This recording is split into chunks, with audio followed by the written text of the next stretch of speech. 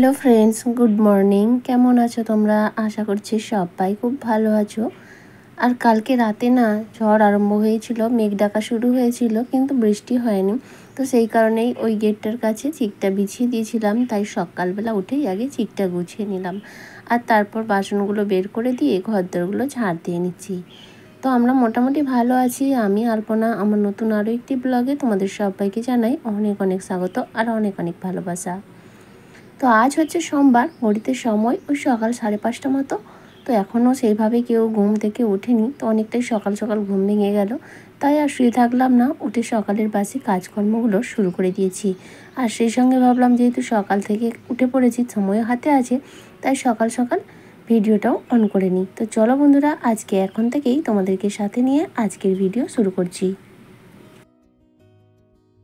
আর হ্যাঁ, তোমাদেরকে একটা কথা বলাই হয়নি কালকে।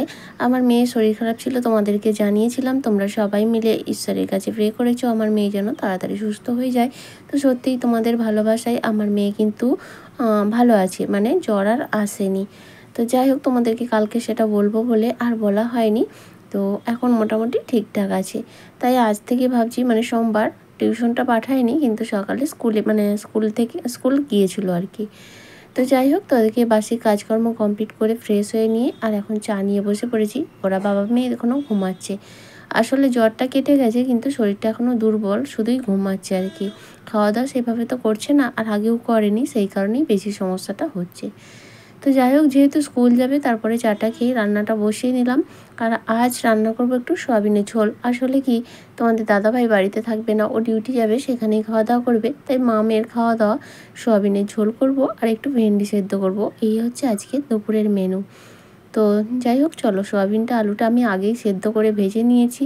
আর এখন এই যে মশলাটা কষিয়ে নিলাম, পেঁয়াজ আর একটু জিরে আর তেজপাতা ফোড়ন দিয়েছিলাম। তারপরে পেঁয়াজ, আদা, রসুন, টমেটো যেভাবে দিই, আর তারপরে গুঁড়ো মশলা, হলুদ আর লঙ্কা অ্যাড করলাম। তারপর মশলাটাকে ভালো করে কষিয়ে নিয়ে একটু জল দিয়ে কষিয়ে নেব। আর তারপরে ওই যে সয়াবিন, আলু সবটা ভেজে রেখেছিলাম, সেইটাকেও ভালো করে মশলার সঙ্গে কষিয়ে জল ঢেলে দেবো। আর তারপর ফুটে উঠলে সমস্ত কিছু ভালো করে সেদ্ধ হয়ে গেলেই নামিয়ে নেবো।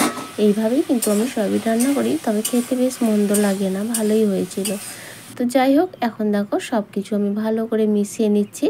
আর এরপরে কষানো হয়ে গেলেই জলটা ঢেলে দেব। সকাল সকাল গরমের দিনে রান্না করা কিন্তু অনেকটাই ভালো। আর কি বলো তো, আমাদের ইচ্ছার ওপর অনেক কিছু নির্ভর করে। এমন অনেক মানুষ আছে আমার চোখের দেখা এবং আমার নিজের আপনজন এখন হয়েছে। তো যাই হোক, মানে কাজকে যে এতটাই ভয় পায় কেন বুঝতে পারি না। নিজের একটা ইচ্ছা হয় না, নিজের আসলে কি বলো তো, সংসারকে ভালোবাসলে, সংসারের প্রতি মন থাকলে তবেই সেই কাজগুলো করা যায়।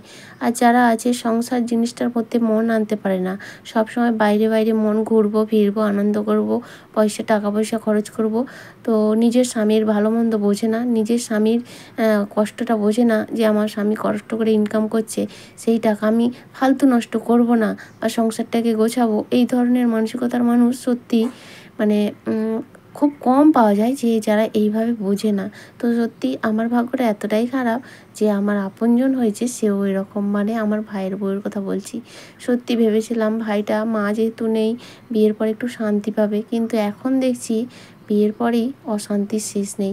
এমন একটা বউ হয়েছে, মানে একটু সংসার কী জিনিস বোঝে না, কারোর সঙ্গে কীভাবে কথা বলতে হয় সেটাও না, আর সংসারটা কীভাবে যে রাখতে হবে, নিজের স্বামীর কষ্টটা বুঝবে না, যে স্বামী সারাদিন পরিশ্রম করছে, তার টাকা আমি ফালতু নষ্ট করব না, শুধু এটা কিনছে সেটা কিনছে আর 24 ঘন্টা ফোন নিয়ে বসে থাকা।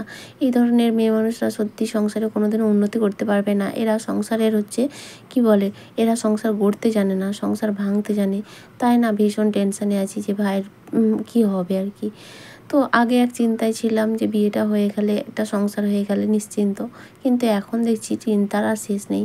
আসলে ভগবান মনে হয় আমার কপালে এইরকমই রেখেছে, চিন্তার আর শেষ নেই। ওই যে আছে না, যারা সবার কথা ভাবে তাদের জীবনে কষ্টের শেষ থাকে না। আমি যদি শুধু আমার কথা ভাবতাম, তাহলে আমার মতো সুখী আর কেউ হতে পারতো না। সত্যি কথা বলতে কি, আমার স্বামী ভাগ্য যা ভালো, আর আমি যথেষ্ট বুঝে চলি। আমার আমার হাজব্যান্ডের অনেকটাই কম ইনকাম, তা সত্ত্বেও আমার কিন্তু কোনো জিনিসের অভাব নেই। হ্যাঁ, এটা নয় যে টাকা পয়সা সোনা দানা প্রচুর প্রচুর আছে, অনেক খরচ করছি সেসব নয়, কিন্তু খেয়ে পরে ভালোভাবে দিন আমাদের কেটে যাচ্ছে। তো এইটাই চাই, তোমাদের আশীর্বাদ এবং ভগবানের কাছে প্রার্থনা করি যতদিন বেঁচে থাকবো এইভাবেই, মানে যাকে বলে আমার সন্তান যেন থাকে দুধে ভাতে, এক কথা আছে না, তো সেইভাবেই আমরা যেন খেয়ে পড়ে ভালোভাবে সুস্থভাবে জীবন কাটাতে পারি। এর থেকে বেশি চাওয়ার কিছু নেই। আর আমার মেয়েটাকে যেন ভালোভাবে মানুষ করতে পারি। তো যাই হোক, অনেক কথাই বলে ফেললাম, আর কাজও কিন্তু আমার অনেকটাই এগিয়ে গেছে। ওদিকে মেয়েকে স্কুলে নিয়ে তোমাদের দাদাভাই চলে গেছে, ওকে পৌঁছে ডিউটি চলে গেছে। আর তারপরে দেখলে না, আমি কয়েকটা বটবটি নিয়ে বসেছিলাম। আমাদের গাছের এবছর প্রথম বটবটি তোলা হয়েছে, ওই 1 কেজির মতো বেরিয়েছে। তো পাশের বাড়ির এক কাকু, মানে আমাদের এদিকে সমস্ত সবজি তো বিক্রি হয়, তো তিনি হাট নিয়ে যাবে, তেনাকেই মানে ওনাদেরও আছে, তাদের কাছে দিয়ে আসলাম, তিনিও নিয়ে চলে যাবে। বেছে বেছে যেগুলো ভালো সেগুলো দিলাম, আর যেগুলো একটু খারাপ মতো সেগুলো ঘরে রেখে দিলাম আর কি। এই দেখো, একটু পরিশ্রম করছিলাম বলে, একটু কষ্ট করছিলাম বলে কিন্তু দেখো ওই থেকে এই তো শুরু হয়েছে। আজকে প্রথম একদিন কম হয়েছে, এরপর না একদিন ছাড়া তুলতেই হবে। তো এরকম আমরা যদি কষ্ট করি, ইচ্ছা যদি থাকে, একা হাতেও কিন্তু সবটাই সামলানো যায়। এই দেখো না, আমি সকাল থেকে এত গরমের মধ্যেও একা হাতে রান্না বান্না, ঘর গোছানো, ঘর সাজানো, ঘর পরিষ্কার করা, তার সঙ্গে মেয়ের পড়াশোনা সমস্ত কিছু, আর তার সঙ্গে কিন্তু জমিরও টুকটাক চাষাবাদ করি। তো এগুলো সব কিছুই কিন্তু আমার একার পক্ষে সম্ভব। হ্যাঁ, তোমাদের দাদাভাই অবশ্যই সাহায্য করে জমির কাজে, কিন্তু সংসারের কাজে সাহায্য করার মতো ওর কোনো সময় থাকে না। তো যাই হোক, আমি আসলে সংসারটাকে ভীষণ ভালোবাসি আর চাই সংসারটা ভালো থাক, উন্নতি হোক, সেই কারণেই আমি এতটা পরিশ্রম করি। আর যারা বোঝে না, যারা সংসারকে ভালোবাসে না, তারা কোনোদিনও কিন্তু পরিশ্রম করবে না। যারা নিজেকে নিয়ে মানে নিজেকে পছন্দ করে, শুধু নিজের ভালো থাকা চায়, তারা কখনো সংসারের উন্নতি চাইবে না। জানি না বন্ধুরা, ঠিক বললাম কি ভুল বললাম, তোমরা অবশ্যই কমেন্ট করে জানিও। আর যদি ভুল বলে থাকি, তো নিজের ঘরের বোন, বন্ধু, দিদি যাই ভাবো না কেন, প্লিজ ক্ষমা করে দিও। তো তারপরে দেখো, সমস্ত কাজকর্ম গুছিয়ে নিয়ে এখন এই যে বেডশিটটা তুলেছিলাম, ভিজে রেখেছিলাম, কেচে দিয়েছি। এখন যাব স্নান করতে। স্নান করে খাওয়া দাওয়াটা করে নেবো। একাই তো বাড়িতে আছি, আর একা থাকলে না একদম খেতে ইচ্ছা করে না, মানে খাওয়া দাওয়া একা একা করতে একদমই ভালো লাগে না।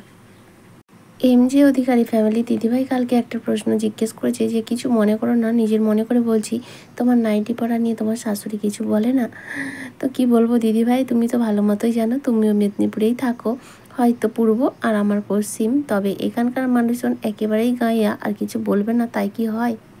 তো বন্ধুরা, এখন খাওয়া দাওয়া হয়ে গেছে, এখন বাজে ওই 3টের মতো। তো মেয়ে স্কুলে গেছে আজকে, একটু টেনশান হচ্ছে আর কি, শরীরটা খারাপ, মানে কালকে থেকে আর জ্বর আসেনি বলে আজকে স্কুলে পাঠিয়েছি, টিউশন পাঠাইনি। তোকে বলছিলাম যাবে কিনা, তো ও বললো যাবে, সেই জন্যই পাঠিয়েছি। আর তোমাদের দাদাভাই ডিউটি গেছে, ও বললো আমি আসার সময় নিয়ে আসবো, নাহলে আমি যেতাম। তো সেই জন্য অপেক্ষা করছি আর কি, ঘুম ধরেনি, যতক্ষণ না আসবে ঘুম ধরবে না আমার।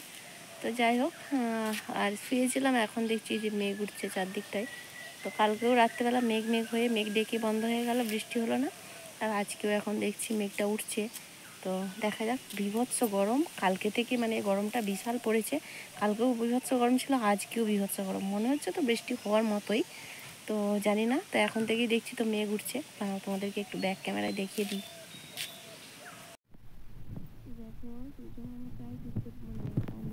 হয়ে যাচ্ছে আর কি। তো মাঝে মাঝে আবার রোদ দেখা দিচ্ছে, তবে একটু মেঘ মেঘ উঠে গেছে আর কি। জানি না, যদি বৃষ্টি হয় ভালোই হবে, মানে গরমটা থেকে স্বস্তি আর কি। আর আবার ধান টান কাটা হচ্ছে, সেদিক থেকেও দেখতে গেলে ভালো না। তো যাই হোক, সব ভালো খুঁজলে তো আর হবে না, আর আমাদের হাতেও কিছু নয়, যা হবে তা হতেই হবে, তাই না? তো দেখো, এই ফুলটা আমার কত সুন্দর লাগছে, অনেকদিন তোমাদেরকে দেখায়নি। দেখো এই একটা, কত সুন্দর ফুলটা, তাই না? তো আমার 3 রকম জবা আছে, এই একটা,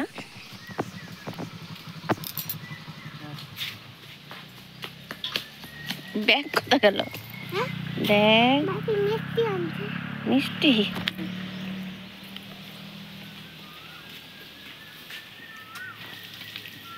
ওইখানে মানা, এই তো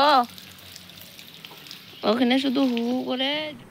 প্রথম যখন পড়েছিলাম তখন তো সমালোচনা চলতেই থাকতো, কিন্তু আজকের দিনে এসে, সে তো প্রায় 8 বছর আগে, আর আজকের দিনে এসে এখন তো সবাই পড়ে, আর কে কাকে কি বলবে, আর কে বললেই বা শুনবে।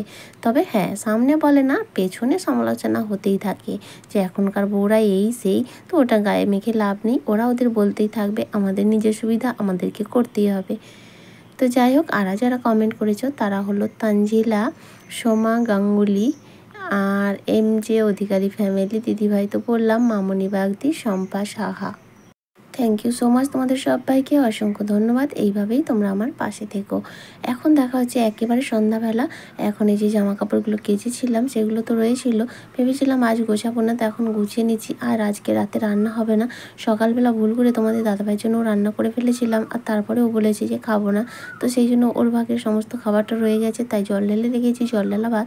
আর যেহেতু বাড়ির সামনে এখনও মেলা চলছে, আজ আছে যাত্রা, তো তোমাদের দাদাভাইকে বলছি একটু যাত্রা দেখতে যাব, আর ওখান থেকে খাবার মানে পরোটা মাংস এইসব কিনে আনবো, ওগুলোই খাওয়া দাওয়া করে নেব। তো তাই রাতে আর রান্নাবান্না করবো না। তো এই যে জামা কাপড়গুলো গুছিয়ে নিচ্ছি, তারপরে রেডি হয়ে মেলার দিকে যাবো, একটু অনুষ্ঠানটা শুনবো।